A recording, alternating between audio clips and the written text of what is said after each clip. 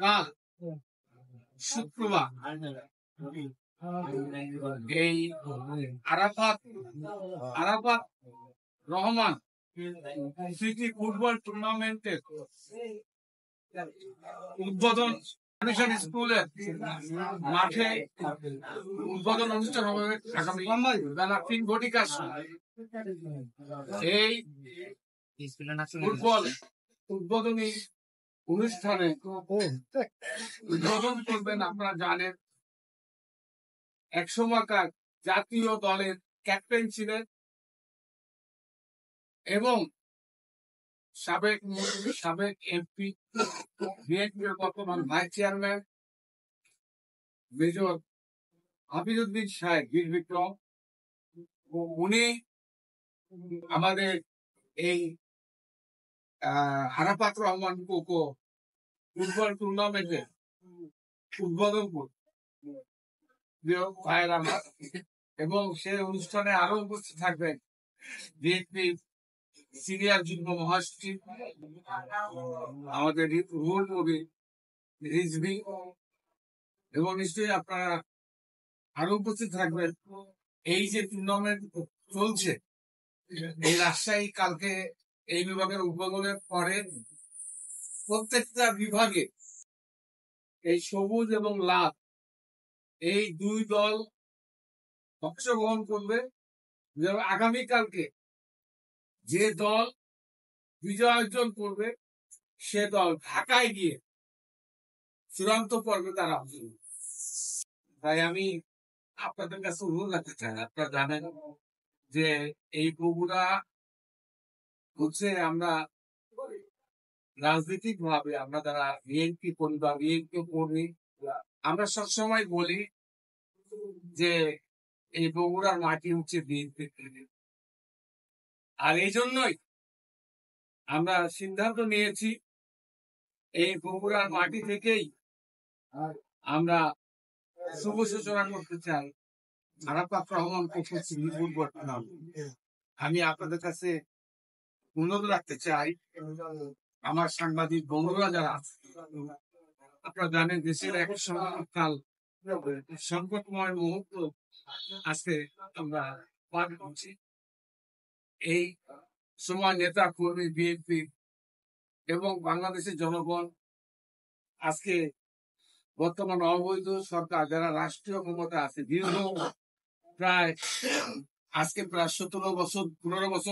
বছর যাবৎ ভোটার বিহীন ভাবে রাষ্ট্রীয় ক্ষমতা পরিচালনা, এই প্রতিকূল অবস্থার মধ্যেও আমাদের দল বিএনপি আমাদের নেতা তারেক রহমানের নেতৃত্বে সারা দেশের নেতা কর্মীদেরকে এবং দেশের জনগণকে এই ক্রীড়া অর্থাৎ আরাফাত রহমান সাহেব যে আজকে আমাদের মাঝে নেই, উনি যে একটা ক্রীড়া সংগঠক ছিলেন, উনি যে দেশের মানুষকে ক্রিকেট আজকে সফলতা যে অর্জন করেছে, সেই প্রধান সিপাহি সালারের দায়িত্ব উনি, আপনারা জানেন। এবং উনি, আমরা যখন গভর্নমেন্টে ছিলাম, সরকারে ছিলাম, মন্ত্রী ছিলাম আমি নিজেও, ওই সময় বগুড়া নাটোরে ক্রিকেট টুর্নামেন্টের উদ্বোধন করার জন্য ছিল। এরকম ভাবে বগুড়া আজকে, এবং আপনারা জানেন এই বগুড়া আজকে যদি উনি বেঁচে থাকতেন, আজকে যদি আমাদের দল বিএনপি ক্ষমতা থাকতেন, আমি বিশ্বাস করি যে স্টেডিয়ামকে আধুনিক স্টেডিয়ামে পরিণত করেছিলেন সেই সময় আমাদের নেতা তারেক রহমান, খালেদা জিয়া আছে। কিন্তু শুধু এই বগুড়ার মানুষের অপরাধ যে এই এলাকার শহীদ প্রেসিডেন্ট জিয়াউর রহমান বাড়ি, এই এলাকা হচ্ছে বিএনপির ঘাঁটি। এই জন্য আজকে দেখেন এই সবচেয়ে একটা ভালো স্টেডিয়াম, গুরুত্বপূর্ণ স্টেডিয়াম, এবং আমি মনে করি এই উত্তর অঞ্চলের প্রাণকেন্দ্র হচ্ছে বগুড়া। আজকে বগুড়া স্টেডিয়াম যদি মানে কি বলে এটা চালু থাকতো, তাহলে এই অঞ্চলের মানুষ এই খেলা দেখার জন্য রংপুর, দিনাজপুর, পঞ্চগড়, রাজশাহী, পাবনা, সিরাজগঞ্জ সব মানুষ এখানে আসতো। শুধুমাত্র বগুড়ার মানুষের দুর্ভাগ্য যে আপনাদের বাড়ি বগুড়া, এই কারণে আজকে বগুড়াকে গুরুত্বহীন করা। যাই হোক, আমরা প্রিয় সাংবাদিক ভাইরা, আমরা মনে করি যে আমাদের নেতা শহীদ প্রেসিডেন্ট জিয়া রহমানের অধিকার বা আমাদের এই ক্রীড়া জগৎকে যিনি উজ্জীবিত করে রেখেছিলেন তার নামে আমরা যে ফুটবল টুর্নামেন্ট আগামীকাল উদ্বোধন করতে যাচ্ছি, আপনাদের কাছে আমার অনুরোধ থাকে আমি এই এলাকার সন্তান হিসাবে যে আপনারা আপনাদের লিখনের মাধ্যমে, আপনাদের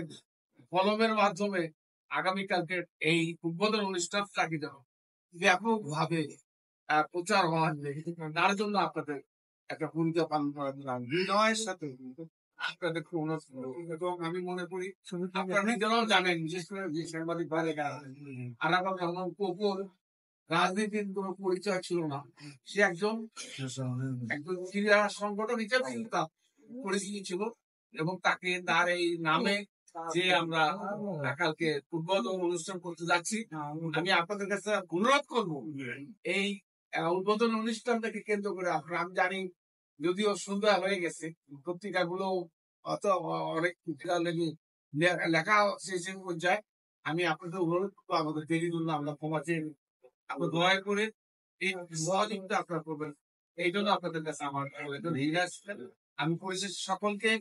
আগামীকাল উদ্বোধন অনুষ্ঠানে আমার প্রত্যেকটা সাংবাদিক বন্ধুদেরকে উপস্থিত থাকার জন্য আমি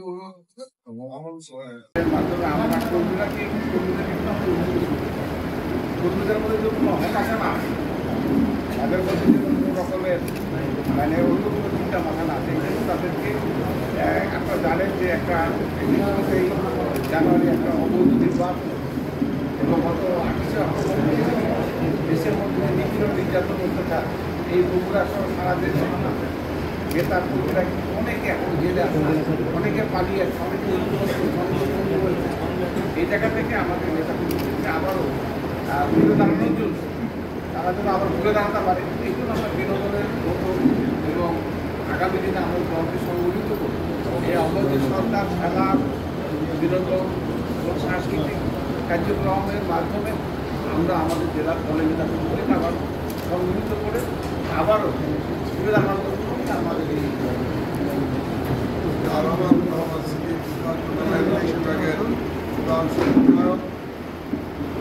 অ্যাডভোকেট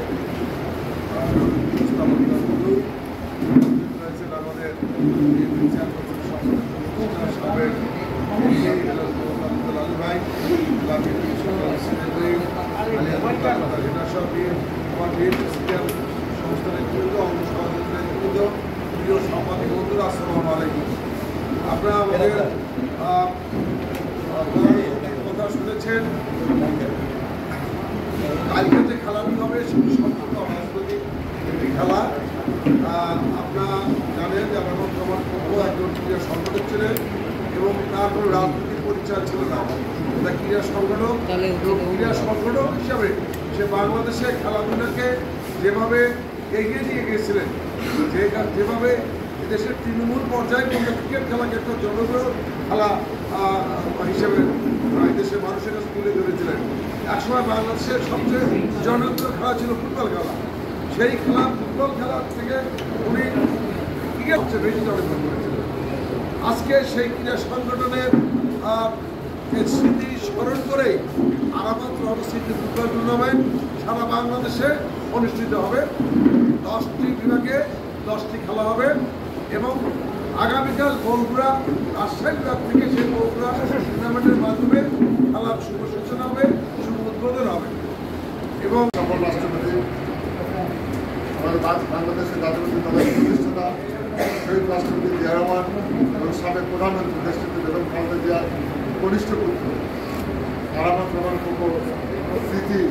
ফুটবল টুর্নামেন্টের আয়োজন করা হয়েছে। আপনারা জানেন যে আরামত রহমান কোকো বাংলাদেশের একজন ক্রীড়া ব্যক্তিত্ব